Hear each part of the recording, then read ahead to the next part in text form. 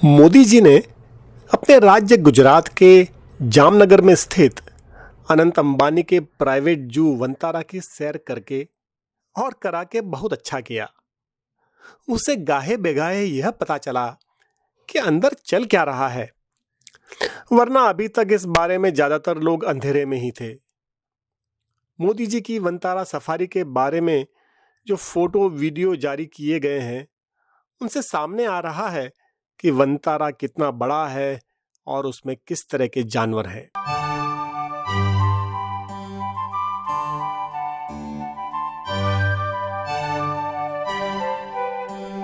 वैसे तो ठीक 1 साल पहले अनंत अंबानी की सगाई के मौके पर साथ साथ वनतारा का भी जमकर प्रचार किया गया था, एनिमल रेस्क्यू सेंटर के तौर पर।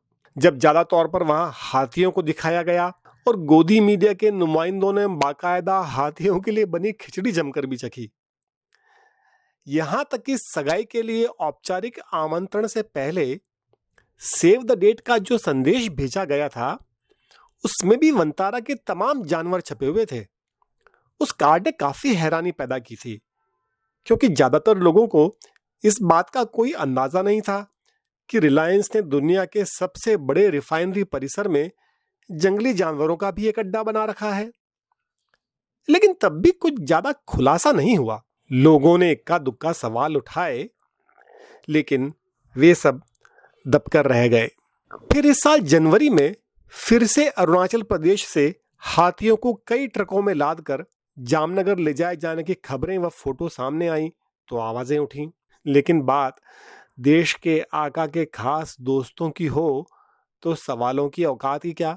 अब जब 1 सप्ताह पहले Modi ji world wild life day के मौके पर पहले गिर के जंगल के सफारी और फिर वनतारा की सैर को गए, तो अंदर की तस्वीरें और जानवरों से मेल मिलाप के पीएम की वीडियो देखकर वन्यजीव प्रेमी व वाइल्ड लाइफ एक्टिविस्ट भौचक्के के रह गए हैं। अपने देश में तो एक बार फिर इस पर सब तरफ चुप्पी है, लेकिन विदेश से इस पर सवाल उठने लगे हैं। दक्षिण अफ्रीका के एक वाइल्ड लाइफ प्रोटेक्शन ग्रुप ने वनतारा को जानवरों के निर्यात की जांच की मांग की है। उसने वहां जानवर भेजे जाने की वैधानिकता को लेकर गंभीर सवाल उठाए हैं। इस ग्रुप ने दक्षिण अफ्रीका के पर्यावरण मंत्रालय से इस बारे में जांच करने की मांग भी की है। वापसा दरअसल दक्षिण अफ्रीका में वन्य जीवों की सुरक्षा और उनके प्राकृतिक निवास की हिफाजत को लेकर सरकार के साथ मिलकर काम करने वाले करीब 30 दक्षिण अफ्रीकी संगठनों का संघ है। इसने दक्षिण अफ्रीका के पर्यावरण मंत्री को लिखे पत्र में कहा है कि उसे वनतारा में विभिन्न जीवित प्राणियों की कई किस्मों की बड़ी संख्या भेजे जाने पर उठ रही चिंताओं की जानकारी है। इस संघ के पत्र से यह भी पता चलता है कि इस मसले पर सवाल काफी पहले से उठते रहे हैं, बस भारत में ही मीडिया इस पर खामोश रहा है। विलुप्तप्राय जानवरों व वनस्पतियों के अंतरराष्ट्रीय व्यापार पर निगरानी रखने वाली संस्था convention on international trade and endangered species यानी साइट्स की स्टैंडिंग कमेटी के नवंबर 2023 में हुई बैठक में भारत में नियमों का पालन न किए जाने का मुद्दा उठा था। साइट्स के सचिवालय को भारत में जीवित जानवरों के आयात की जानकारी मिली थी, जिनमें कई विलुप्तप्राय जानवर भी थे। जुलाई 2023 में green zoological rescue and rehabilitation centre यानी वनतारा ने साइट्स सचिवालय को यह बताया था कि सेंटर ने हाल के सालों में भारत के बाहर मुश्किल स्थितियों में रह रहे जानवरों को रेस्क्यू किया है और कई देशों से उनको भारत में लाया गया है। लेकिन इस तरह के सौदों और साइट से दस्तावेजों को हासिल करने के तरीकों की वैधानिकता पर सवाल उठ रहे हैं। वापसा ने दक्षिण अफ्रीकी सरकार को लिखे पत्र में दक्षिण अफ्रीका से तेंदुए, चीते, बाघ व शेर वनतारा को भेजे जाने को लेकर खास तौर पर चिंता जाहिर की है। अब अगर आपने मोदी जी का वीडियो देखा हो तो उसमें आपको कई तरह के जानवर दिख जाएंगे जो भारत में नहीं मिलते, कम से कम जंगलों में तो नहीं। उनके बारे में सवाल उठ ही रहे हैं कि वे कैसे वनतारा पहुंचे, उन्हें आखिर कहां से रेस्क्यू किया गया था। जैसे कि सुमात्रा टाइगर जो केवल इंडोनेशिया में सुमात्रा द्वीप के जंगलों में मिलता है, या फिर रफ्ट लेमूर्स जो प्रीमेट यानी वानर प्रजाति में से एक हैं और दुनिया में सिर्फ और सिर्फ सुदूर दक्षिण पूर्व अफ्रीका में मेडागास्कर के द्वीप में पाए जाते हैं, इन्हें कहां से रेस्क्यू किया गया? यही नहीं, यहाँ जेबरा हैं, जिराफ हैं, ओरांगुटान हैं, नामीबिया के एल्बिनो शेर हैं, एपाकाल्पा हैं जो सिर्फ दक्षिण अमेरिका में मिलते हैं। ये सब कहां से और कैसे आ रहे हैं? क्या इनको लेकर भारत सरकार के वन व पर्यावरण मंत्रालय की कोई नीति है? क्या वनतारा से इस बारे में कोई करार हुआ है? उसे किस तरह की इजाजत मिली है? मोदी जी ने 4 मार्च को आखिर किस चीज का उद्घाटन किया, जब वनतारा की सैर पिछले साल ही गोदी मीडिया के खास सिपह सालारों को कराई जा चुकी थी और कई रिपोर्ट के अनुसार यह जानवर 2023 ही नहीं, उससे भी कई साल पहले से यहां लाए जा रहे थे। कई लोगों ने यह सवाल भी उठाए हैं कि जामनगर में जिस जमीन पर वनतारा है वह क्या आधिकारिक रूप से इस काम के लिए उपलब्ध कराई गई है? कहा जा रहा है कि यह परिसर जामनगर रिफाइनरी का है। रिलायंस ने 1997 में दुनिया का सबसे बड़ा ग्रासरूट रिफाइनरी परिसर जामनगर में स्थापित किया था।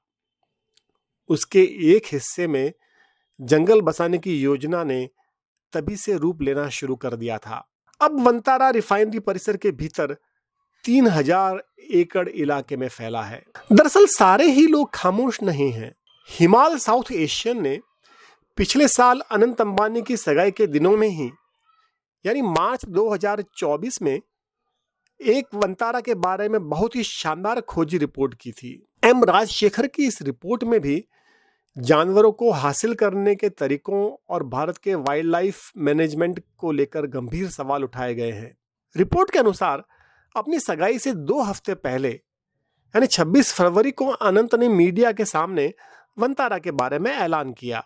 उस समय उन्होंने बताया था कि वनतारा में 200 से ज्यादा हाथी, 300 से ज्यादा लेपर्ड, बाघ, शेर व जगुआर, 3000 से ज्यादा हिरण सरीखे जानवर, 1200 से ज्यादा मगरमच्छ, सांप व कछुए जैसे रेप्टाइल्स और बड़ी संख्या में पक्षी मौजूद हैं। हिमाल की रिपोर्ट के अनुसार वनतारा दरअसल 2 संस्थाओं, Radhe Krishna temple elephant welfare trust और green zoological rescue and rehabilitation centre का मिला जुला रूप है।